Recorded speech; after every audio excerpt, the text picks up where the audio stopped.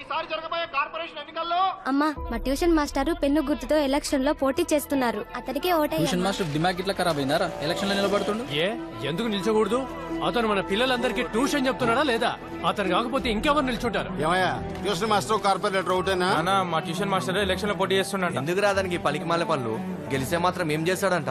అందరూ పీకుడు కాలే. చల్, ఈ సంవత్సరంకి వెళ్ళి మా అందరికి ఓట్లు వస్తున్నాయి. మేము మా మాస్టర్ కి ఓటేస్తాం. అరే మన పిల్లల్ని చదివించి దారికి తీసుకొచ్చాడు. అట్లాంటిది మన ఏరియా డెవలప్ చేయలేడా? నేను ఆయనకే ఓటేస్తా. ట్యూషన్ మాస్టర్ ఎలక్షన్ లో నిలబడుతున్నట్టక్క. ఎవరు నిలబడితే నాకేంది? నిన్న ఓటు గుణశేఖరన్నకే వేస్తా. ఒక్కొక్క వార్డుకి నీళ్లకి మాత్రమే సంవత్సరానికి 40 లక్షలు ఖర్చు పెట్టినారని పేపర్స్ చెప్తున్నాయి. కానీ వారానికి 3 సార్లు మనం నీళ్ల కోసం కొట్టుకుంటున్నాం. ఇది ఒక వాటర్ ట్యాంక్. పోయిన సంవత్సరం పెట్టారు. దీని రేట్ ఎంతో తెలుసా? ఎంత? ఈ ట్యాంక్ కి సిమెంట్ కి ఓ 2 లక్షల దాకా అయి ఉంటది. ఒక 2 లక్షల ట్యాంక్ కి 7 లక్షల లెక్క చూపిస్తున్నారు. ఈ ఏరియాలో మటుకే 24 వాటర్ ట్యాంకులు ఉన్నాయి. మనకి తెలియకుండానే మన వెనక ఎంత దోచుకుంటున్నారో తెలుస్తోందా? ఏందన్నా ఇంత డబ్బు? ప్రెసిడెంట్ ఎలక్షన్ లో ఖర్చు పెట్టి నీకు పంపించిండు. నా ఖర్చులకి 30%. మిగతావన్నీ నా కోసం నీళ్ళలా ఖర్చు పెట్టండి. ఖర్చు పెట్టి నన్ను గెలిపించాలే.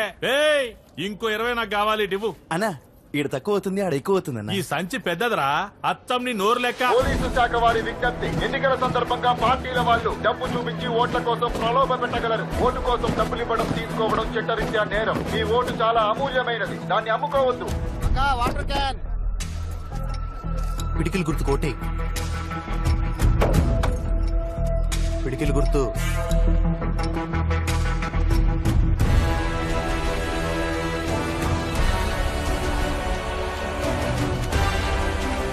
శుభ్రం లేని డ్రైనేజ్ నుంచి కంపే కాదు, మనుషుల్ని చంపే రోగాలు కూడా వస్తున్నాయి. దీనికోసం స్లమ్ బోర్డ్ డ్రైనేజ్ మెయింటెనెన్స్ సంవత్సరానికి 35 కోట్లు శాంక్షన్ చేస్తోంది. కానీ ఇక్కడ ఇలా తప్పులు జరగడానికి కారణం తప్పులు చేసే వాళ్ళు మాత్రమే కాదు, అది తప్పు అని చెప్పని మనం కూడా.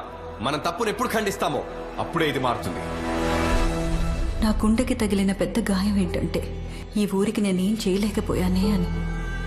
నువ్వు నా ఆశయాన్ని నెరవేరుస్తావని నేనింకా ప్రాణాలతో ఉన్నాను. అమ్మా పాస్ అయ్యానమ్మా.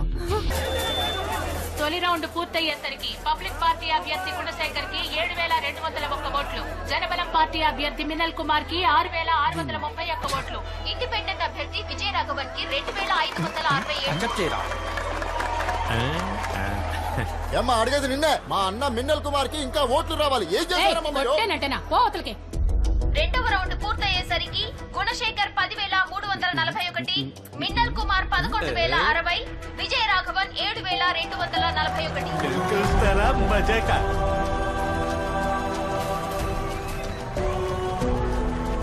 మూడవ రౌండ్ ముగిసేసరికి పబ్లిక్ పార్టీ అభ్యర్థి గుణశేఖర్ 15,501, చెప్పనా అదిరింది లెక్క. చక్రం పార్టీ అభ్యర్థి మిన్నల్ కుమార్ 11,171, ఇండిపెండెంట్ అభ్యర్థి విజయ రాఘవన్ 15,508.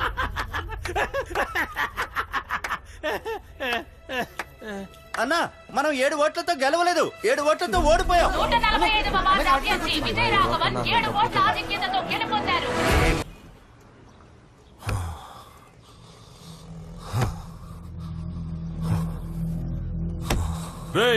నీకే గట్లుంటే నేను చచ్చిపోయి ఉండాలి. చచ్చావు కదా ఇందాక. అదే నీ టైం బాగుండి దేవుడి దేవుళ్ళు బతికిపోయావు. మోస్కాడు కాలేజీకి వచ్చిన రోజు నుంచి లొల్లి షురు అయిందన్నా. వచ్చిన మొదటి రోజే సూరన్నతో లొల్లి పెట్టుకున్నాడన్నా. సూరిగాడిని కొట్టాడని సూరి కన్నాకి చెప్పి వాడిని కొట్టి కాలువలో పడేశారు. జనాలు వాడి మీద జాలి చూపించారు. అలా కొట్టచాస్తలు. గట్లయితే నీ ఓడిపోనికి మొదటి కారణం మీరేరా? నువ్వు ఒక న్యూస్ ని టీవీలో వేయించడానికి పర్మిషన్ తీసుకో అన్నా, నేను చూసుకుంటా. ఏం న్యూస్? సిటీలో పట్ట పగలే ఓ కార్పొరేటర్ దారుణ హత్య. శత్రువు మనల్ని ఎదిరించి ఓడించేలోపే శత్రువుని మన గుప్పెట్లో పెట్టుకొని మనం మన గమ్యాన్ని చేరుకోవాలి. కానీ దానికన్నా ముఖ్యం మన శత్రువెవరో ముందు తెలుసుకోవాలి. ఏ వార్డులో కూడా నాకు నా పార్టీకి తెలియకుండా ఒక్కటి కూడా శాంక్షన్ అవ్వకూడదు. సార్, ఆ 145వ వార్డు కార్పొరేటర్ కాల్ మీద కాల్ చేస్తున్నాడు. అన్నా ఏంటన్నా ఇది? ఆ ఇండిపెండెంట్ క్యాండిడేట్ మీకెందుకు కాల్ చేస్తున్నాడు? నేను విజయ రాఘవాన్ని, 145వ వార్డ్ కార్పొరేటర్ని. ఇండిపెండెంట్ గా గెలిచిన మీ సపోర్ట్ లేని ఏది జరగదు సార్. మీ బ్లెస్సింగ్స్ కోసం కాల్ చేశాను. రాజకీయాల్లో మీరే నాకు రోల్ మోడల్ సార్. మీ సపోర్ట్ నాకు ఎప్పుడు కావాలి సార్. మీరే నా ఇన్స్పిరేషన్. మీతో ఎప్పుడు టచ్ లో ఉంటాను సార్. మీరే నాకు గైడ్ చేయాల్సిందే.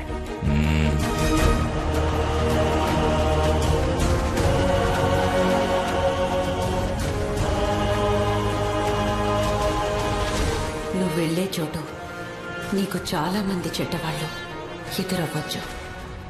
నువ్వెవ్వరికీ భయపడకు. ఎంతమంది చెడ్డవాళ్ళున్నా వాళ్ళ మధ్యలో నువ్వు మంచివాడిలా ఉండు. ఎందుకంటే చెడ్డవాడు ఈ లోకాన్ని మాత్రమే గెలుస్తాడు, కానీ మంచివాడు ఆ చెడ్డవాడిని కూడా గెలుస్తాడు.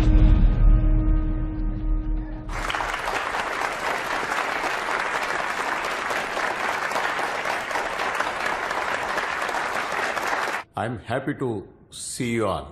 మొదటిసారి గెలిచిన కార్పొరేటర్లు ఎవరు? మీ పేరు? Vijayaraghavan, 145 ward sir. మొదటిసారి వచ్చారు కదా, ఏదైనా ఫ్రెష్ ఐడియా చెప్పండి. కార్పొరేటర్స్ కి శాంక్షన్ అయ్యే ఫండ్ నుంచి మేమందరం వాటికి ఎంత ఖర్చు పెడుతున్నామో ప్రజలందరికీ తెలియాలి సార్. అర్థం కాలేదే. ఎలాగైతే మన బ్యాంక్ పర్సనల్ అకౌంట్స్ లో డబ్బులు వేసినా లేక తీసినా డైరెక్ట్ గా మన ఫోన్ కి మెసేజ్ వస్తుందో, అలాగే ఒక్కొక్క ఏరియాలో ఒక్కో కార్పొరేటర్ కి ఒక్కో వర్క్ కి ఎంత శాంక్షన్ అవుతుందో, ఎంత ఖర్చు అవుతుందో ప్రజలకు మెసేజ్ వెళ్ళాలి సార్. బ్యాంక్ నుండి డైరెక్ట్ గా మెసేజ్ వెళ్ళట్టు నేను ప్రజలకి కనెక్ట్ చేయబోతున్నాను సార్. ఎంత వస్తోంది, ఎంత పోతుంది అన్న విషయం ప్రజలకు తెలియాలి సార్.